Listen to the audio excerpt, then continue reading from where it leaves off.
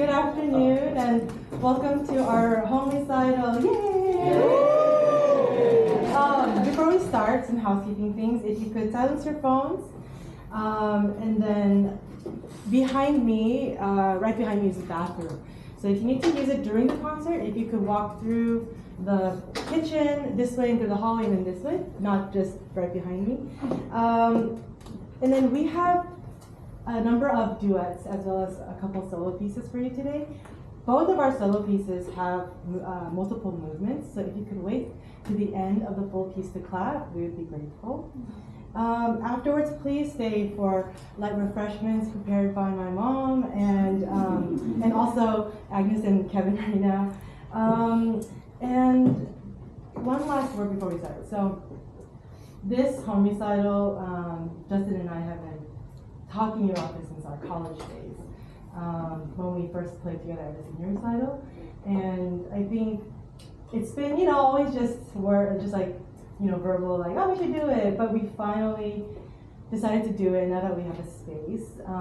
And so hopefully this is the first of many to come. And so we look out for those invitations in the future. The theme for tonight's program is nostalgia. So we curated a program for you that each piece has a sentimental memory for us, and so we'll be introducing each one for you tonight as we go. So we hope you enjoy. So the first piece that we're performing, I'll be introducing, it's a piece entitled The Swan, which was composed by a French composer in 1887. His name is Camille Saint-Saens. Now, this piece, The Swan, was actually a part of a collection of pieces he composed at the time called The Carnival of the Animals. If any of you have watched the 2001 Disney Fantasia before, you know the one with the pink flamingos? This piece is actually a part of that piece. The only thing, though, when the composer composed this in 1887, he more composed it as a parody, as a joke. And he really never let people play it in public. And despite his composer friends really wanting him to release the score and publish it, he said no because he felt like it would diminish his reputation as a serious composer. The only piece he allowed people to play was this specific piece within that collection that we know today as The Swan. It was only after he passed in 1921 and 1922 the whole score for The Carnival of the Animals was published and was met with widespread acclaim, and today it still continues to be one of his most performed pieces. This one piece that we're talking about, The Swan, remains one of the most famous melodies written for the cello, with its portrayal of a swan in front of the cello, gliding gracefully across the waters, portrayed at the piano. Everyone knows that term, the metaphorical term, the swan song. It's actually referenced in this piece as the composer is trying to evoke the myth of a swan singing its most beautiful song during its last few moments on the waters.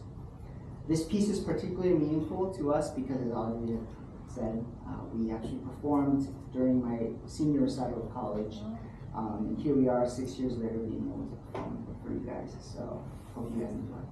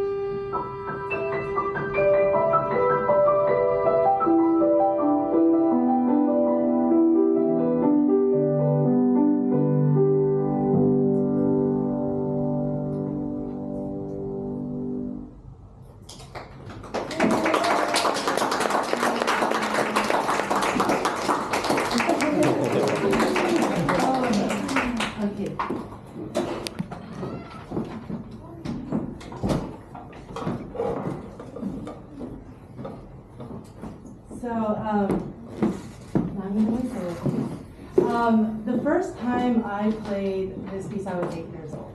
That was already 20 years ago. That was when with this piece, I actually won one of my first major piano competitions called the Long Beach Mozart Festival. And so it has a lot of meaning to me as a piece. But its deceivingly simple tune is familiar to all, you'll see, but each of its 12 variations evokes a different emotion, a broad scope of the human emotions, from victorious to playful to meditative. So I hope that you can feel all of these as I perform for you Mozart's 12 variations on Twinkle, Twinkle, Little Star.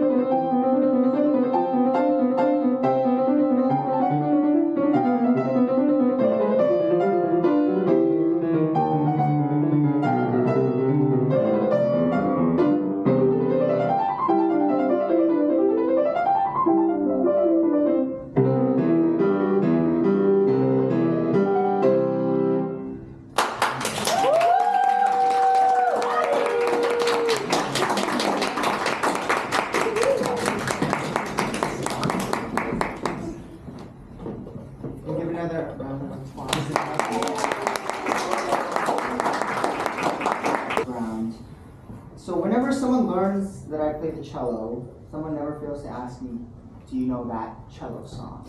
I generally assume, and I usually assume correctly, they're talking about this Bach prelude. It's the prelude to Bach's cello suite in G major. And for good reason, this piece has garnered universal acclaim. It's used in multiple movies, TV shows, you name it. And for good reason, it's masterfully written, and it really captures the wide tonal characteristics of the instrument.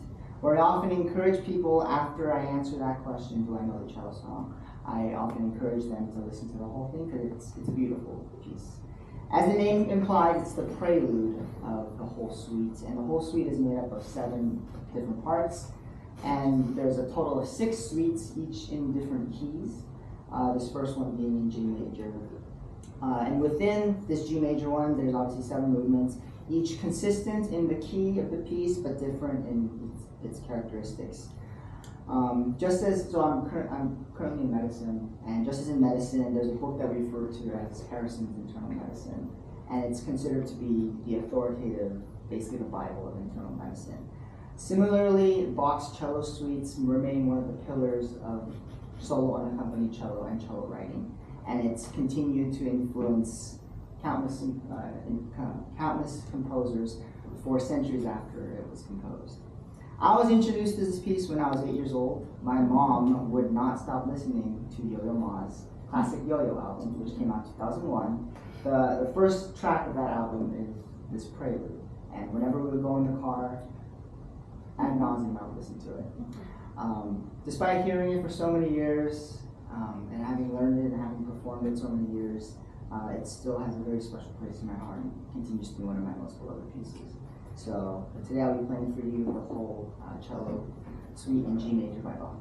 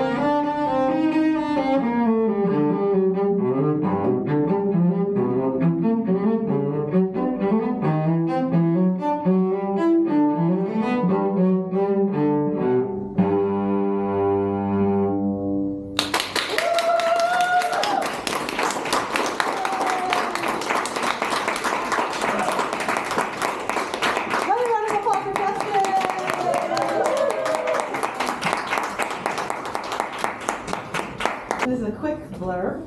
This next piece, I hope you, I'm sure you all recognize.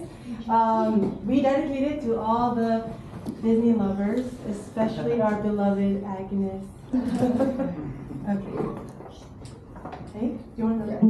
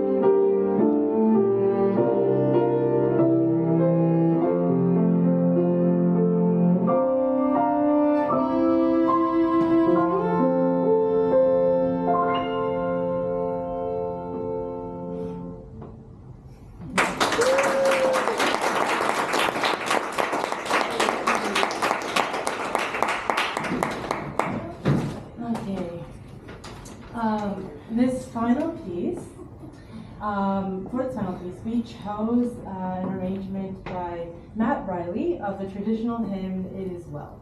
It's one of our favorite hymns. The first verse begins, when peace like a river attendeth my way, when sorrows like sea billows flow.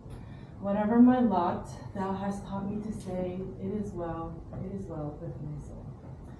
The lyrics are penned by Horatio Spafford as he grieved the simultaneous loss of his 4 daughters in a terrible shipwreck. And that same year he lost his house in a fire, and then 2 years before that he lost his son to a disease.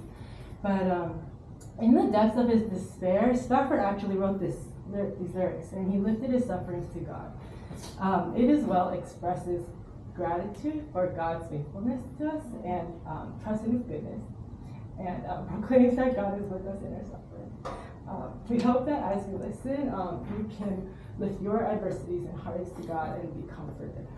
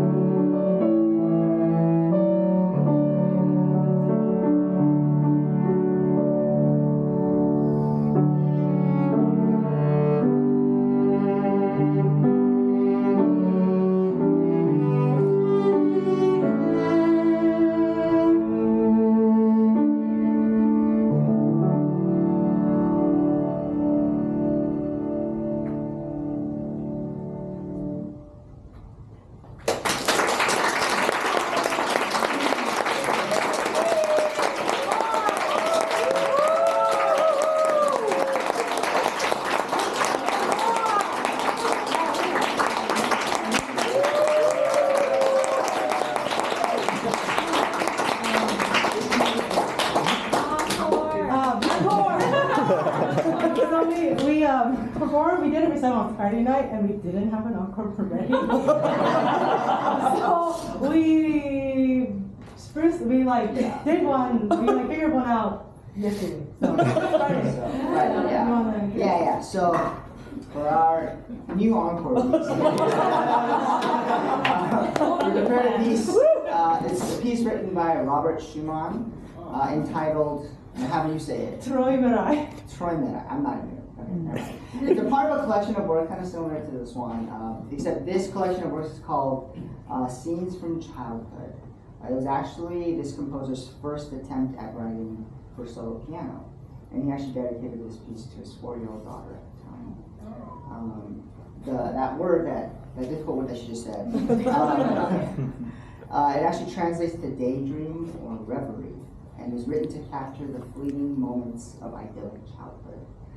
We hope you enjoyed this final piece of our nostalgic program.